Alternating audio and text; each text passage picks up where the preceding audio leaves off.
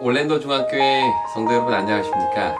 2020년 한 해를 마무리하는 이 즈음에 하나님의 말씀으로 함께 여러분들을 만나 뵙게 돼서 정말 반갑습니다. 특별히 담임 목사님이신 우리 홍도표 목사님 그리고 사모님 정말 반갑습니다. 사실 우리 목사님은 제가 중학교 때 저희 학교 교목으로 계시면서 또 사감으로서 봉사하셨는데요. 그 당시 시골에서 올라온 그 어린 학생들에게 때로는 형님같이 또 때로는 아버지같이 늘 품어주시고 바른 길로 인도하셨던 그런 은사이시기도 합니다.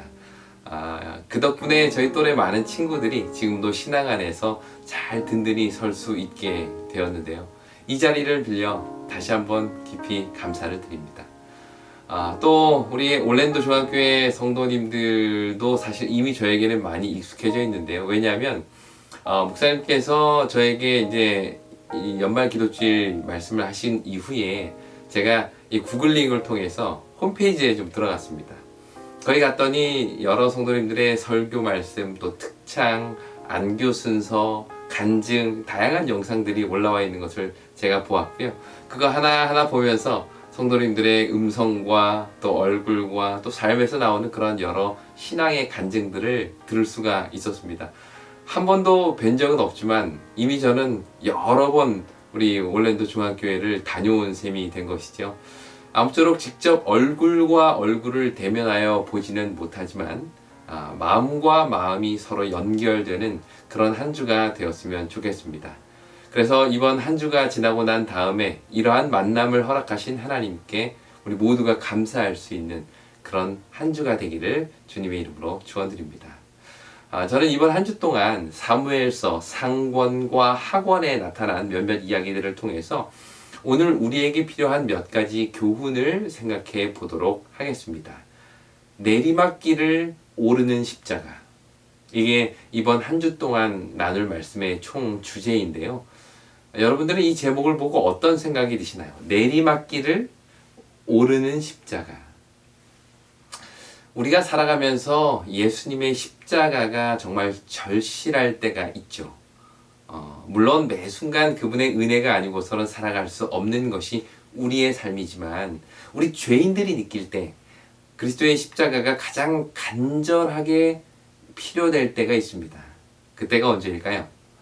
네, 아이러니하게도 그때는 바로 하나님과 가장 멀어졌을 때입니다. 하나님과 가장 멀어졌을 때 그분의 십자가 은혜가 가장 절실하게 느껴지죠. 탕자에게 있어서 아버지를 떠나 가장 멀리 떠났을 때가 가장 아버지의 은혜가 절실할 때였습니다. 다윗도 그의 인생의 내리막길을 내달릴 때 자신의 그 인생의 길에 정말 십자가를 짊어지시고 올라오시는 예수 그리스도의 은혜를 그가 경험하게 되죠. 우리도 마찬가지입니다.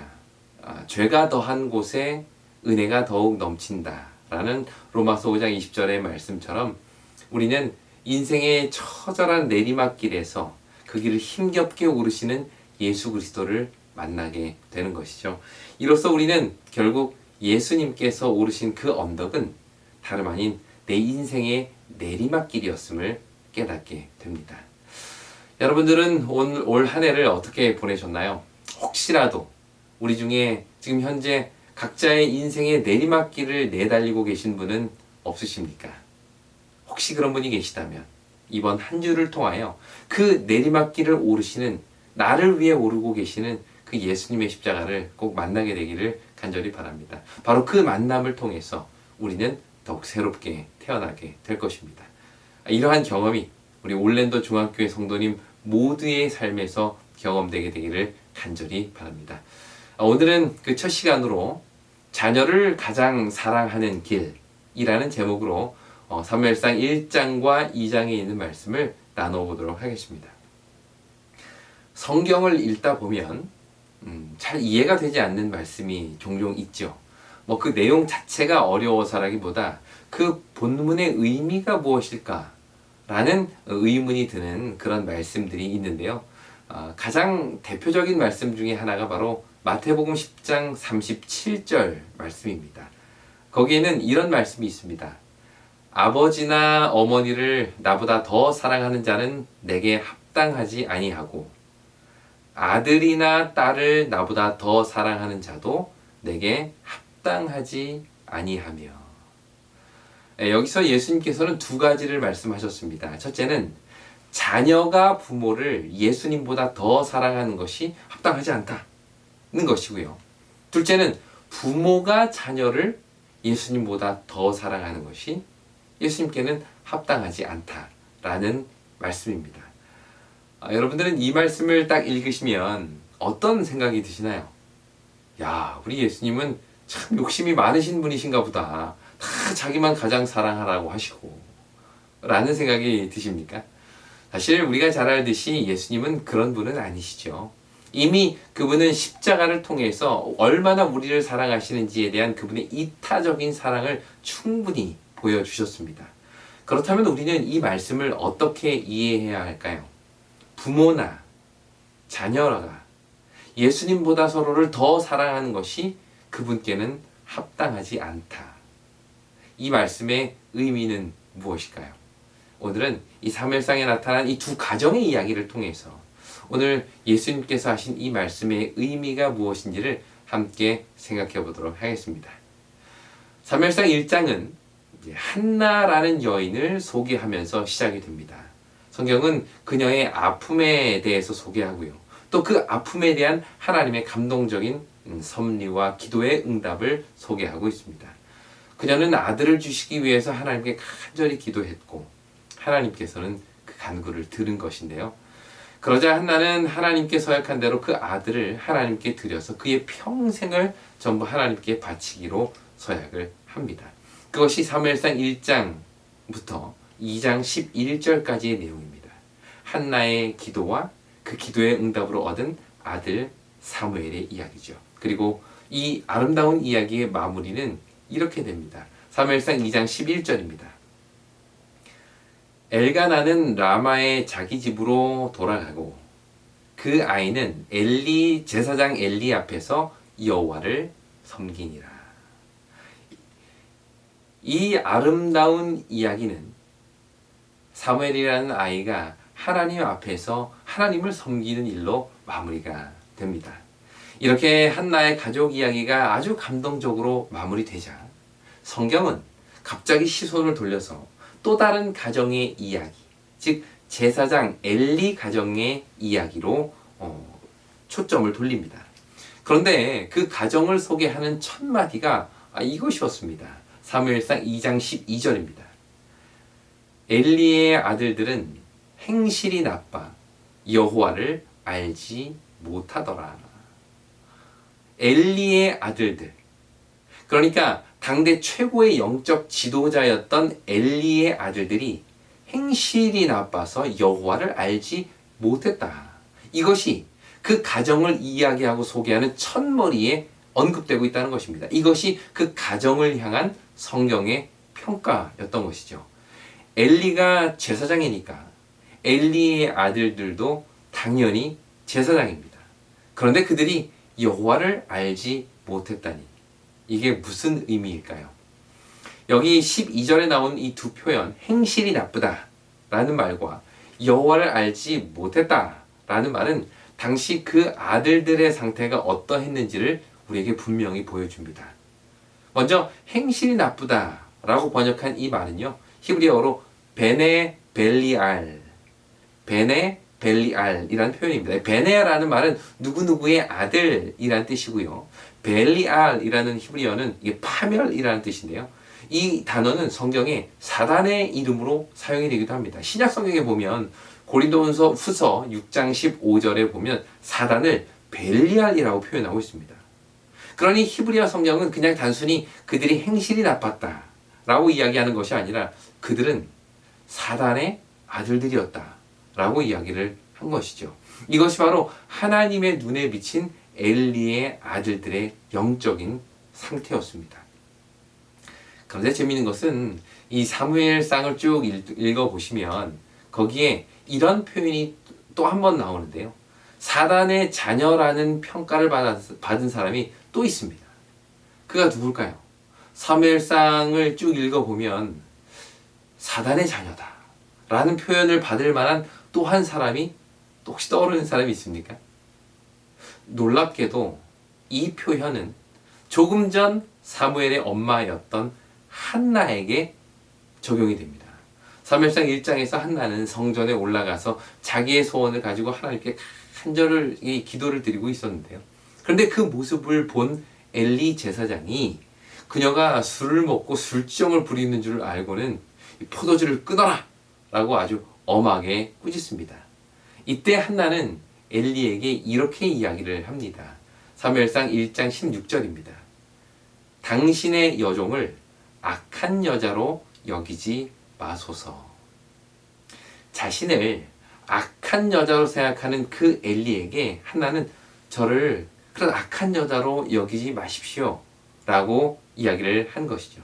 그런데 이때 사용된 이 악한 여자라는 말이 히브리어로 바트 벨리알입니다. 이 바트라는 말은 딸이란 뜻이고요. 벨리알은 아까도 말씀드린 대로 사단을 가리키는 용어로 사용이 되죠. 결국 이날 한나는 엘리 제사장에게 나를 벨리알의 딸로 여기지 말아 주십시오 라고 이야기를 한 것입니다. 여기 보면 우리는 여기서 엄청난 모순을 발견하게 되는데요. 하나님 눈에 보시기에 신실하고 진실한 여인이 엘리의 눈에는 악한 여인, 사단의 딸로 보였습니다. 하지만 하나님 눈에 보기에 불량자요 사단의 아들들로 보였던 그 엘리의 아들들은 오히려 엘리 눈에 보기에는 아무 문제 없는 귀한 내 자식, 귀한 내 아들들이었던 것이죠. 이처럼 엘리의 눈은 어두웠습니다. 하나님 눈에 보기에 합당한 여인은 벨리알의 딸이라고 취급하고는 엄히 꾸짖는 반면 하나님 눈에 보기에 너무도 불량한 가증한 아들들은 끝까지 엘리는 방관을 했던 것이죠. 이것이 장차 그 가정에서 일어날 엄청난 비극의 뿌리가 됩니다. 둘째로 성경은 이 엘리의 아들들을 여호와를 알지 못했다라고 소개합니다. 첫 번째 표현은 불량자라는 표현, 즉 벨리알의 아들들이다라는 표현을 썼고요. 둘째 그 아들을 가리키는 표현은 바로 여호와를 알지 못하더라라고 그들을 표현을 하는데요. 사실 제사장이 하나님을 알지 못할 수는 없죠.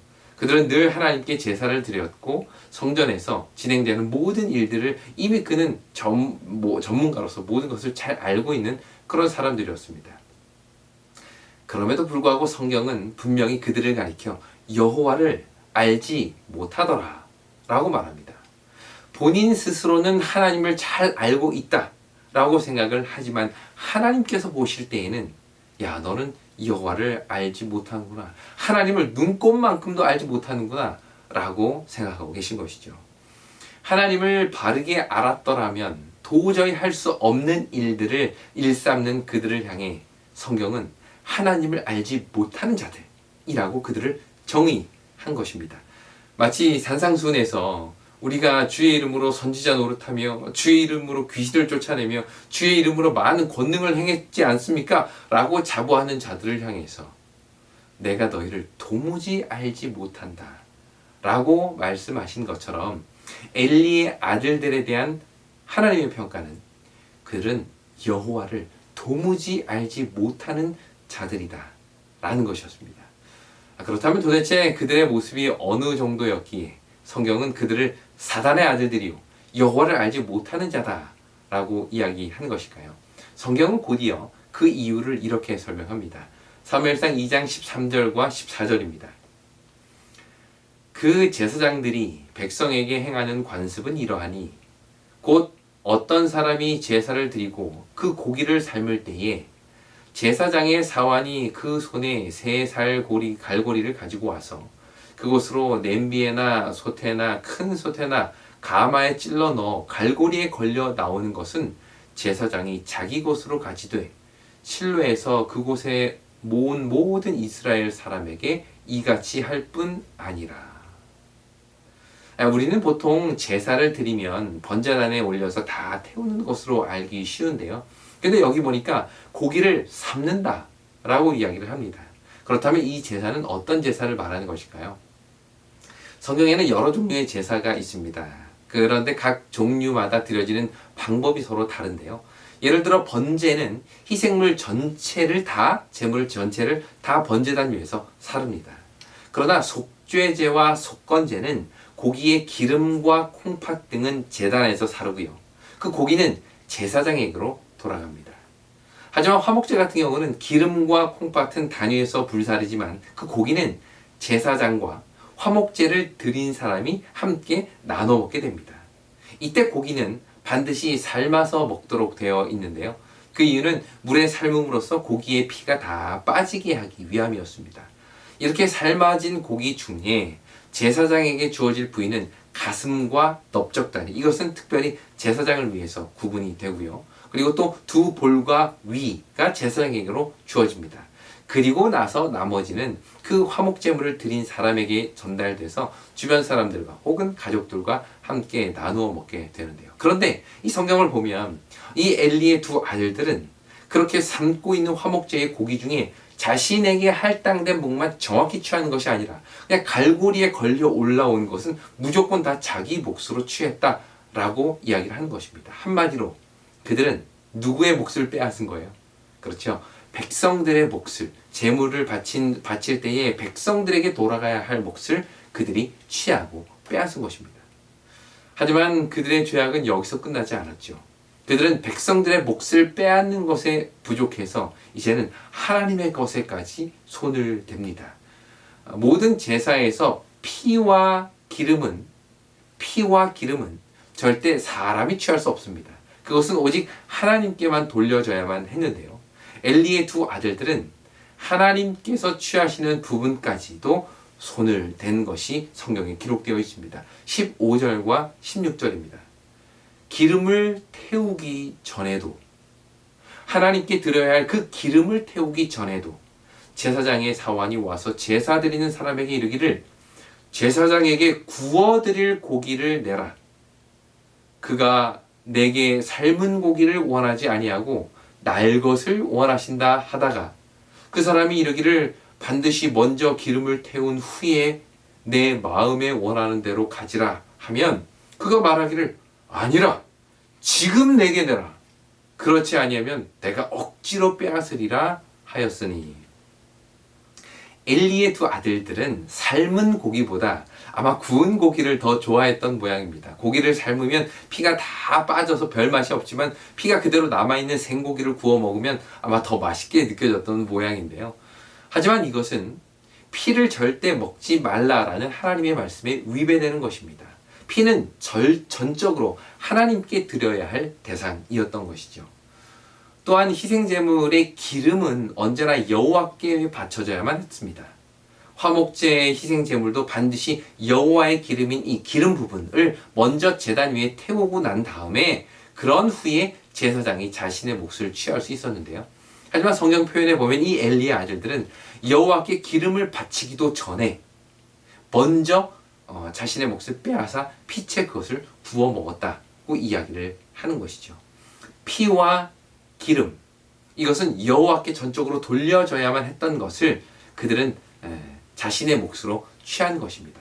백성들의 몫뿐만 아니라 하나님께 돌려지는 몫까지도 그들이 손을 댄 것이죠. 하지만 그들의 만행은 여기서 그치지 않습니다. 계속해서 성경은 그들에 대해서 이렇게 이야기를 합니다. 22절입니다. 엘리가 매우 늙었더니 그의 아들들이 온 이스라엘에게 행한 모든 일과 회막문에서 수종드는 여인들과 동침하였음을 듣고. 엘리의 아들들은 이 회막에서 수종드는 여인들과 동침하는 일까지 저지릅니다. 분명 자신의 아내가 있었음에도 불구하고 다른 여자와, 그것도 회막에서 일하는 여인들과 잠자리를 같이 했다는 것이죠. 그런데 여기 동침하다라고 번역된 이 히브리어는 샤카브라는 단어인데요. 이 단어는 어떤 일방적인 강간 행위를 의미하는 것이 아닙니다.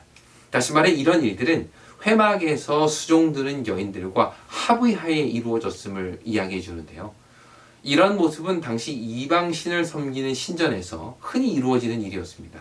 신에게 제사를 드리고 난 이후에 그 신전에서 일하는 여성들과 제사장들이 성관계를 갖는 것이 그 당시 바알이나 이방신을 숭배하는 그 예식의 일반적인 모습이었는데요. 이러한 이교의 풍습이 하나님을 섬기는 성전 안에까지 들어와 있음을 성경은 우리에게 이야기를 하는 것이죠. 이런 일을 주도했던 사람이 바로 엘리의 두 아들들이었습니다. 그들은 제사장이었고 이스라엘 내에서 영적인 권위가 보장되어 있는 사람들이었습니다. 그런 자들의 악한 습관과 영향력은 금방 백성들에게까지 퍼져나갔고요. 백성들 역시 영적으로 해이해지게 만든 것이죠. 24절에 보면 이런 소문을 들은 엘리가 그의 아들들에게 너희가 여호와의 백성으로 범죄케 하는도다 라고 이야기를 했는데요. 이것은 그들 자신만 죄를 지은 것이 아니라 다른 백성들로 하여금 그 죄를 짓도록 부추기는 역할을 했다는 것을 알게 됩니다. 이처럼 지도자의 타락은 그것을 바라보는 백성들의 타락으로 이어지죠. 이스라엘 백성의 역사들을 봐도 왕이 타락하면 백성들의 타락은 불보듯 뻔한 일이었습니다. 왕이 우상을 숭배하면 백성들에게로 그 우상 숭배가 삽시간에 퍼져나가게 되죠. 이처럼 엘리의 아들들의 이 불경함은 회막에서 일하는 여인들뿐만 아니라 그것을 보는 수많은 백성들에게까지 그의 죄를 부추기는 일을 하게 된 것입니다. 그뿐만이 아니죠. 오히려 이러한 지도자의 타락은 백성들을 또 다른 극단으로 몰고 가는데 그것은 바로 예배와 제사 자체를 등한시하게 만든 것입니다. 제사장들이 저 모양이니 내가 성전에 가서 예배한들 무슨 소용이 있겠느냐 라는 생각을 백성들이 하게 된 것입니다.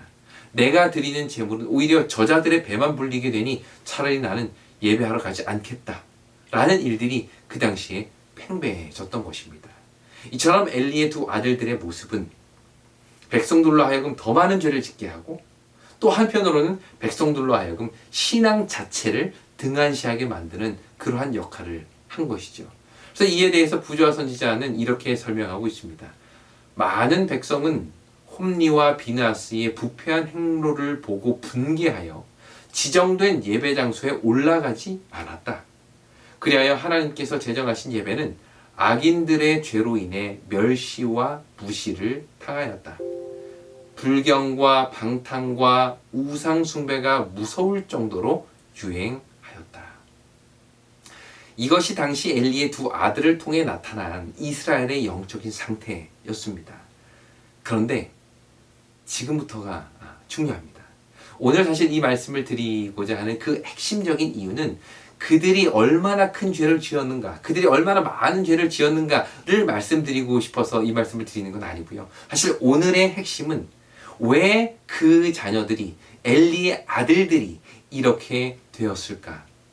과연 어떤 영향이 그들을 이렇게 만들었을까에 대한 성경의 답을 한번 찾아보기 위해서 이 말씀을 드리는 것입니다. 과연 성경은 왜 이들이 하나님을 경멸하고 백성들을 무시하며 극심한 타락으로 갔을까? 거기에 대해서 성경은 무엇이라고 이야기하고 있을까요? 사무엘상 2장 29절에 있는 말씀을 보시겠습니다. 너희는 어찌하여 내가 내 처소에서 명령한 내 재물과 예물을 밟으며 내 아들들을 나보다 더 중히 여겨 내 백성 이스라엘이 드리는 가장 좋은 것으로 너희들을 살찌게 하느냐. 여기서 하나님께서는 엘리에게 너희는 어찌하여 내 아들들을 나보다 더 중히 여기느냐 라고 말씀하십니다. 여기 중히 여기다 라는 말이 히브리 말로 카바드인데요. 이 단어는 하나님의 영광을 나타내는 단어인 카보드에서 유래한 단어입니다. 그러므로 하나님께서 어찌 내 아들을 나보다 더 중히 여기느냐 라는 말은 하나님께 돌려야 할 영광을 너는 왜 너희 자녀들에게 돌리느냐 라는 말입니다.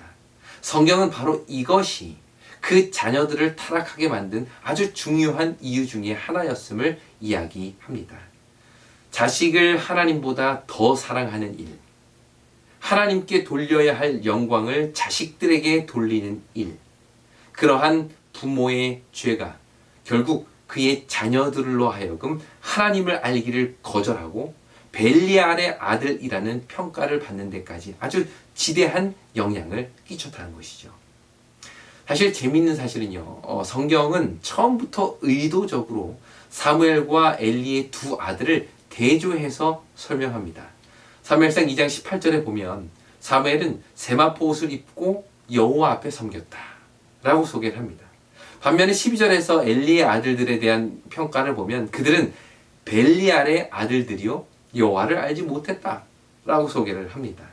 또 26절에서 사무엘은 점점 자라면서 여호와와 사람들에게 은총을 더욱 받았다 라고 이야기를 하는 반면 13절에 나오는 엘리의 아들들은 제사를 더럽히고 백성들로부터 원망을 듣게 됩니다. 35절에서 사무엘은 충실한 제사장이 될 것을 약속받지만 엘리의 두 아들들은 34절에서 죽임을 당하게 될 것을 예언하게 됩니다. 이처럼 성경은 의도적으로 두 가정의 아들들, 사무엘과 엘리의 두 아들을 서로 대조하고 있다는 것이죠. 그런데 사실 본문을 자세히 읽어보면 사무엘과 엘리의 두 아들들의 대조가 시작되기 이전에 이미 그의 부모에 대한 대조부터 시작되었음을 보게 됩니다. 바로 한나와 엘리의 대조인 것이죠. 먼저 1장 10절에 보면 한나는 기도하는 여인으로 등장합니다. 하나님께 간절히 자신의 소원을 아뢰는 정말 절실한 여인으로 소개가 되는데요. 반면에 엘리는 그렇게 기도하는 여인을 비난하는 사람으로 등장하죠. 또 1장 28절에서 한나는 아들을 하나님께 드리는 사람으로 묘사됩니다. 하나님께서 저에게 주신 그 소중한 아들을 저는 다시 하나님께 돌려드리겠습니다 라는 헌신적인 여인으로 등장을 합니다. 하지만 2장 29절에 나타난 엘리는 아들들을 하나님보다 더 사랑하는 사람이다 라고 평가하고 있습니다. 그뿐만이 아니죠. 2장 3절에 보면 한나의 기도가 나오는데 거기서 그녀는 인간의 교만하고 오만한 말을 삼가고 전적으로 하나님의 뜻을 따르겠다라고 고백을 합니다. 인간의 뜻보다는 하나님의 뜻이 우선이라고 고백을 한 것이죠. 반면에 엘리는 2장 24절에서 잘못을 저지른 아들들에게 야야 소문이 좋지 않다 라고 말하므로 하나님 눈에 보시기에 좋은지 안 좋은지는 상관하지 않고 사람들 눈에 보기에 어떤지만을 신경 쓰는 사람으로 성경은 묘사하고 있습니다. 이렇게 대조되는 두 부모의 모습을 통해 화해부인은 우리에게 다음과 같은 권면을 줍니다. 부조화 선지자 578페이지에 있는 말씀인데요. 우리는 부모나 목사로서 우리의 권위로 저지할 수 있었던 악에 대하여 그것이 마치 우리 자신의 죄악인 것처럼 똑같이 책임이 있다. 이게 무슨 말씀일까요? 부모로서 혹은 목사로서 지도자로서 자녀의 악을 제어할 수 있고 막을 수 있었음에도 불구하고 그것을 방조한다면 그 부모는 결코 그 자녀의 죄에 대한 책임으로부터 자유로울 수 없다는 말이죠. 엘리가 오늘 우리에게 주는 가장 분명한 교훈은 바로 이것입니다. 그는 하나님보다 자녀를 더 귀중히 여김으로 그 자녀들이 하나님의 영광을 빼앗는 일에 동조하게 된 것입니다. 그러나 하나님을 사랑하는 일에 우선순위를 둔 한나의 아들은 하나님을 가장 높이는 사람으로 성경에 묘사가 되죠. 오늘 이 말씀을 마무리하면서 우리 처음에 함께 읽었던 말씀 같이 한번 읽어보겠습니다. 아버지나 어머니를 나보다 더 사랑하는 자는 내게 합당하지 아니하고 아들이나 딸을 나보다 더 사랑하는 자도 내게 합당하지 아니하며. 왜 예수님께서는 아들이나 딸을 나보다 더 사랑하는 것, 그것이 합당하지 않다라고 말씀하신 걸까요? 자식을 더 사랑하고 자식에게 더 많은 영광을 돌리는 것이 왜 뭐가 잘못됐을까요? 이것은 결코 나를 제일 사랑해야 한다, 너희는 나만 사랑해야 된다, 내가 최고여야 한다 라는 이기적인 말씀이 아니었습니다. 오히려 이 말씀은 나를 가장 사랑하는 것이, 하나님을 가장 사랑하는 것이 자녀를 가장 사랑하고 올바르게 양육할 수 있는 최고의 길이라는 뜻에서 이 말씀을 하신 것이죠. 부모가 자녀를 가장 사랑하는 길은 바로 그 부모가 하나님을 온전히 섬기며 그분을 가장 으뜸되는 자리에 두는 모습을 보여주는 것입니다. 그럴 때 자녀는 가장 하나님을 온전하게 사랑할 수 있고 그 모습을 그대로 보고 배울 수가 있는 것이죠. 마치 자신의 가장 귀한 것을 하나님께 전적으로 드렸던 그 한나의 모습을 통해서 사무엘 자신의 모든 삶을 전적으로 하나님께 드리는 자녀로 성장할 수 있었던 것처럼 말입니다. 오늘 우리는 어떻습니까? 우리에게 있어서 가장 중요한 것은 무엇일까요? 우리의 삶에 있어서 가장 소중한 것은 무엇입니까? 우리에게는 정말 귀중한 자녀들이 있고 정말 소중한 사람들이 많이 있습니다. 주변에. 그런데 그들을 정말 사랑하는 길, 그들을 가장 올바른 길로 인도하는 길은 바로 나 자신이 먼저 하나님을 전적으로 사랑하고 섬기는 모습을 보여주는 것이겠죠. 기도하는 여인으로 등장한 한나, 그 결과로 나타난 그의 아들 사무엘. 결국 이스라엘의 역사는 이 아이 사무엘을 통해서 새로운 영적인 부흥으로 올라가게 되는 것입니다. 마찬가지로 오늘 우리 교회도, 오늘 우리의 가정도 내가 보여주는 온전한 하나님 사랑, 온전한 하나님께 드리는 헌신을 통해서 우리의 자녀들이, 우리의 주변에 있는 사람들이 그것을 보고 자신의 삶도 전적으로 하나님께 드리는 모습으로 아름다운 열매가 맺혀지게 되기를 간절히 바랍니다. 그것이 우리의 가정의 이야기요, 우리 교회의 이야기가 되기를 간절히 바라면서 오늘 첫 시간 말씀을 마치도록 하겠습니다. 우리 함께 기도드리겠습니다. 사랑의 아버지 하나님, 오늘 이 두 가정의 이야기를 통해서 우리가 자녀를 가장 사랑하고 교회를 가장 사랑하는 길이 무엇인지를 깨닫게 하시니 그 은혜를 감사드립니다. 하나님, 한나와 같이 하나님을 가장 사랑하는 모습을 통하여 우리 자녀들에게 또 우리 주변에 있는 많은 사람들에게 하나님의 자녀, 하나님의 사랑을 진정으로 나누며 그들을 온전히 양육할 수 있는 저희가 되게 인도하여 주시옵소서. 특별히 우리 올랜도 중앙교회를 위하여 기도를 드립니다. 이 1년을 마무리하는 이 즈음에 정말 자신의 모든 죄를 내려놓고 하나님께 매달리는 시간이 되게 도와주시고 그러한 간절함과 절실함의 기도와 헌신들이 이 시간 하나님께 잘 전달될 수 있도록 인도하여 주시옵소서. 거룩한 말씀의 집회를 오랫동안 기도하고 금식하며 준비해온 우리 주의 자녀들에게 이 기간을 통하여 하나님께서 말씀하여 주시고 무한하신 하나님의 은혜와 축복이 그들의 삶에, 그들의 가정과 일터에 충만히 임하여 주시옵기를 사랑이신 예수님의 이름으로 기도드립니다.